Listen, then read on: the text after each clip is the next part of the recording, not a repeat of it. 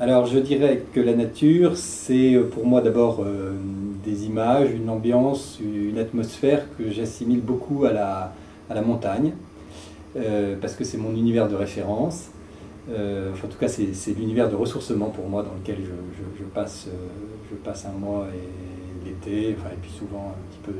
plus quand j'en ai le loisir. Et pour moi, la montagne, et spécialement l'univers de la haute montagne, c'est la nature dans tout ce qu'elle offre de contrasté, c'est-à-dire à la fois beaucoup j'allais dire, de violence et à la fois beaucoup de beauté. Parce que c'est un univers qui est à la fois dur, hein, c'est un univers dont on sait qu'il est dangereux pour l'homme, parce que c'est l'univers des avalanches, c'est l'univers du chaud, du froid, des éléments qui se déchaînent. Et en même temps, c'est un univers dans lequel le contraste qui existe entre ce monde hostile et la fragilité de la vie humaine, la fragilité aussi de la vie végétale, de la vie animale qui s'y développe, a un côté émouvant et je dirais même, chez moi, suscite une forme d'émerveillement devant justement le génie de ce qui, dans la vie, est capable de se développer dans des conditions hostiles. Et si je devais en tirer une leçon, et ça m'arrive assez souvent, surtout quand je suis dans cet univers, c'est de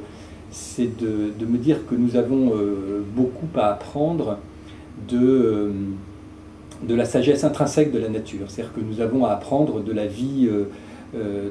telle qu'elle procède justement de ce monde végétal, de ces animaux qui se développent dans un milieu hostile. Il y a une sagesse propre de la nature,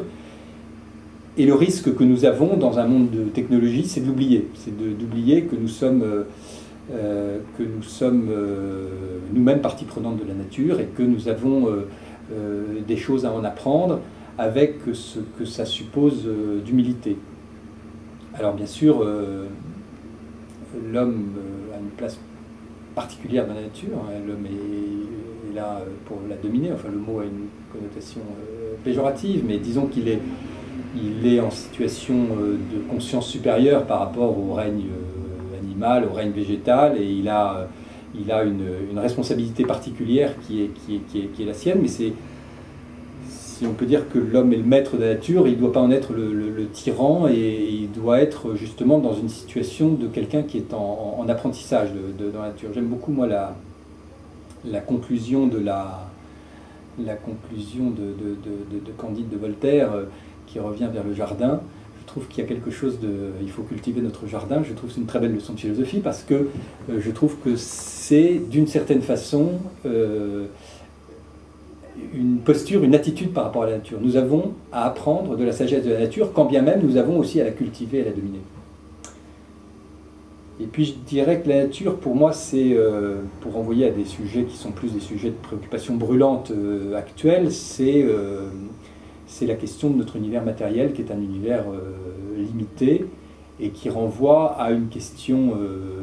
politique majeure, enfin depuis la nuit des temps, et qui s'accroît en même temps, c'est que la nature, il faut la partager, et que le partage de la nature, comme la nature est limitée, mais que les sentiments et les envies de puissance et de domination de l'homme ne le sont pas, c'est le lieu des conflits. Et quand on regarde les choses, depuis la préhistoire, où au fond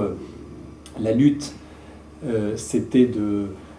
se partager les richesses naturelles premières, c'est-à-dire l'eau, les éléments, hein, l'eau, le feu, la terre,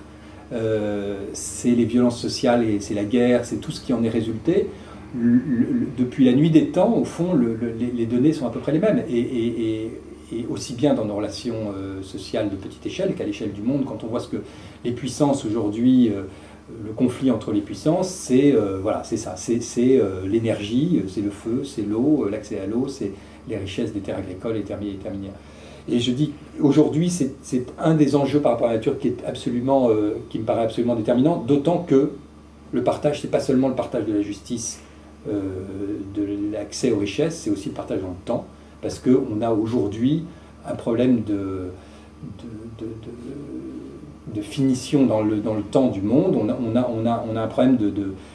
est-ce que la nature, ça sera quelque chose qu'on aura consommé à notre génération, ou est-ce qu'on laissera la nature au monde à venir? Alors évidemment, ça pose toute la question de notre sensibilité actuelle